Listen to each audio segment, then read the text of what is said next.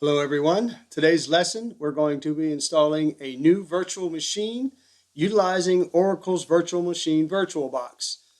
So we're going to go ahead and we're going to launch the Oracle Virtual Machine VirtualBox program. And here is our VirtualBox manager. We are going to create a new virtual machine by clicking New. Now the name of the operating system we're going to be setting up to install is going to be Linux,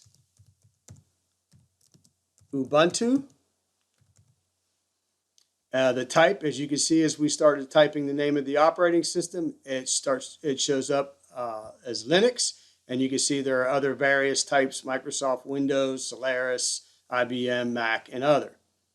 And by default, once we typed in Linux Ubuntu, it put our version in for us, which is Ubuntu 64-bit. So now we're going to go ahead and hit Next.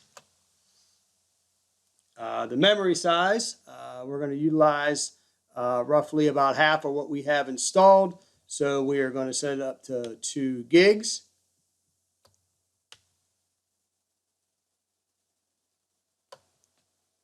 And we're going to click Next. The hard disk, we're going to create a virtual hard disk right now. So we're set it that as default. So the recommended size of the hard disk that they're recommending is 10 gigs. So we're going to go ahead and hit Create. The hard disk file type by default is set to what we need, which is VirtualBox disk image. So we're going to hit Next. Now there's two different selections we could use here. There's dynamically allocated and fixed size. A dynamically allocated file will only grow in size when the guest actually stores data on its virtual hard disk.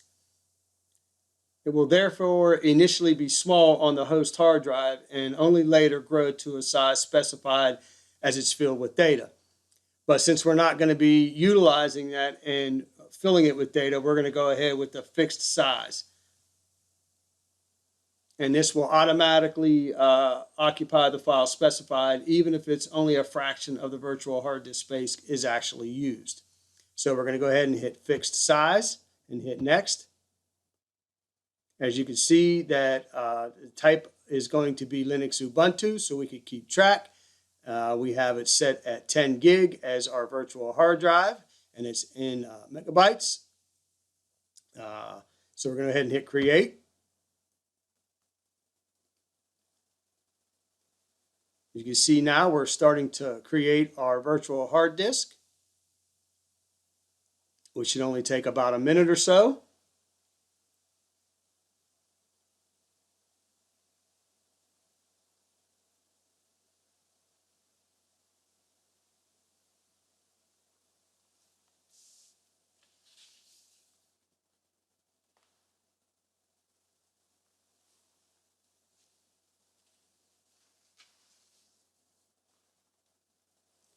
Just a word of caution. The memory you give to the virtual machine will not be available on your host machine, which is the machine that we're using right now.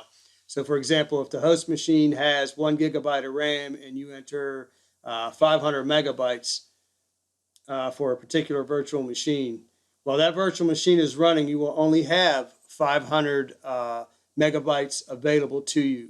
So make sure you choose your megabytes, or I apologize, make sure you select your RAM size accordingly. So if you're using 4 gigs of RAM and you set it at 2 gigs of RAM when you're setting up your virtual machine, your host machine is only going to be able to utilize 2 gigs of that RAM.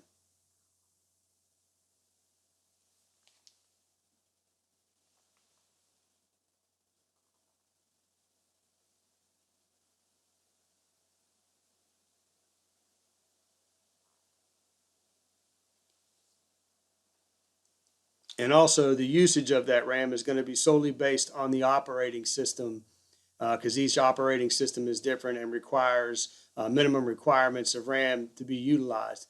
So make sure you're mindful of the RAM usage when selecting your operating system.